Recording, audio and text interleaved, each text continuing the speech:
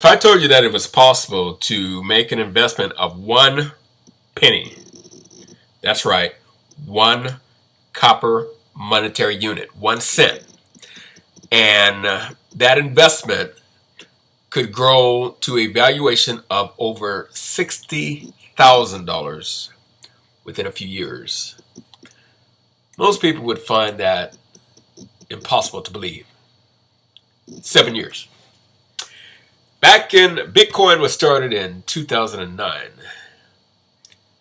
March of 2010, 1 Bitcoin cost you 0.003 cents. Let me show you how the math works on that. Let's take 1 penny divided into 0.003 cents. That gives you 3.3. So you would be a proud owner of 3.3 Bitcoin. 3.33 Bitcoin. 3 1/3. 3 1/3 Bitcoin. Now, at its peak, Bitcoin went to actually over $20,000. Well, let's say you sold it, just for the sake of discussion, around its peak point for last year, which was around $20,000. Let's just say that you set that as a target. Once you saw that it was doing a meteoric rise, even though most people wouldn't have sold it at the peak, they would have said, wait, it was at 20,000, now it's down to whatever.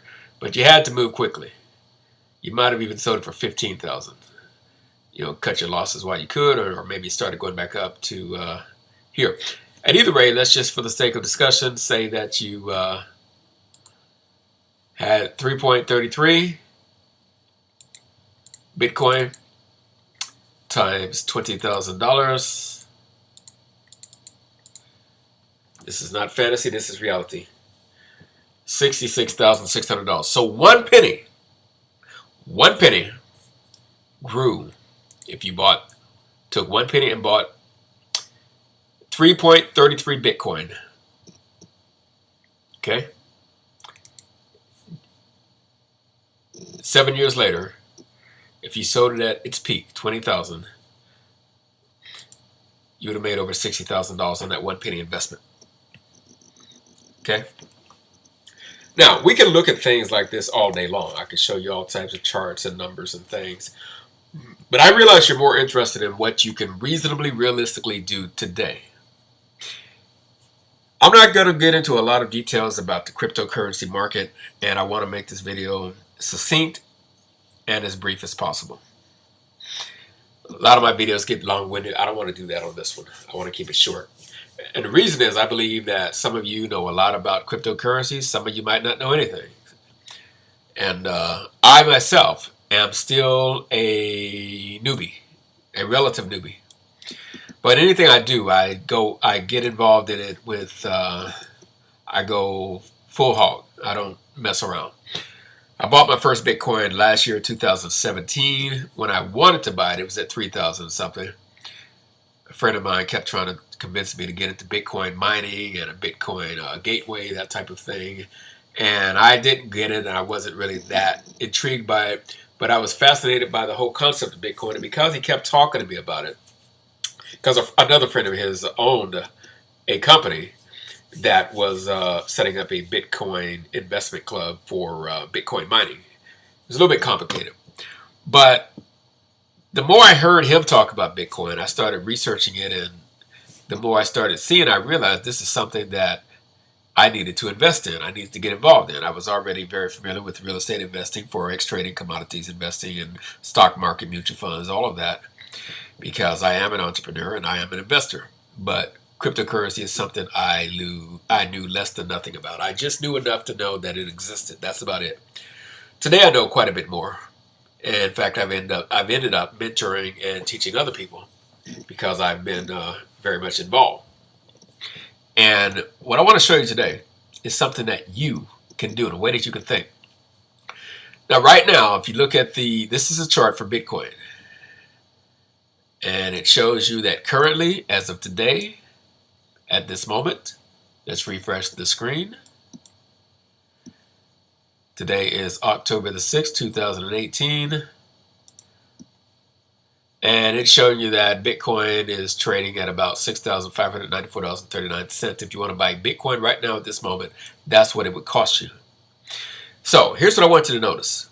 There are people saying that one Bitcoin will be trading for over $1 million as early as 2020. We don't know for sure if that's going to happen. And many people believe it's impossible. But see, even what Bitcoin has already done, many people thought was impossible. 0.003 cents, less than a penny. 1 penny would buy you 3 1/3 Bitcoins. Who would sell you a Bitcoin for that amount if they had a clue as to how much it would be worth less than a decade later? Nobody would have. So they obviously did not believe it. So anything somebody tells you today that sounds outlandish about Bitcoin or any other cryptocurrencies, it's good that we have contrarians. It's good that we have people that think outside the box. It's good that we have people that think negatively. It's good that we have pessimists. Because when it comes to trading and investing, one thing I understand about it is that it is war. It really is. Because it is impossible for you to win unless somebody loses. And they don't necessarily have to lose because they might feel that they win. In other words, let's say someone bought Bitcoin and they paid 0.003 cents for it way back in the day. Right? And they sell you Bitcoin for $1,000. You won. You did really good. You might not realize you did really good, but you're going to feel it if you paid $1,000 for it, which is what Bitcoin was trading at around the beginning of 2017, and then before the year was out, you saw it go up to $20,000, and you bought it for $1,000. You won. That doesn't mean the person you bought it from didn't win, because you might have bought it for $1,000, but maybe they're one of those lucky few who got it for a few pennies, or 50 cents, or something like that. So they won too. Okay, so you won in a way more than they did as far as monetarily, but think about it. They paid less than a penny, and you paid them $1,000. Okay, so and I guarantee you they didn't buy just one Bitcoin. They might have made millions of dollars, even selling them at 1,000. Okay, in fact, just for the sake of argument and to show you the math, let's just entertain this for one moment. We take $100 divided by 0.003. How many Bitcoin would that have bought you? 33,300. Okay? So if they sold them 33,300, let's do the math here.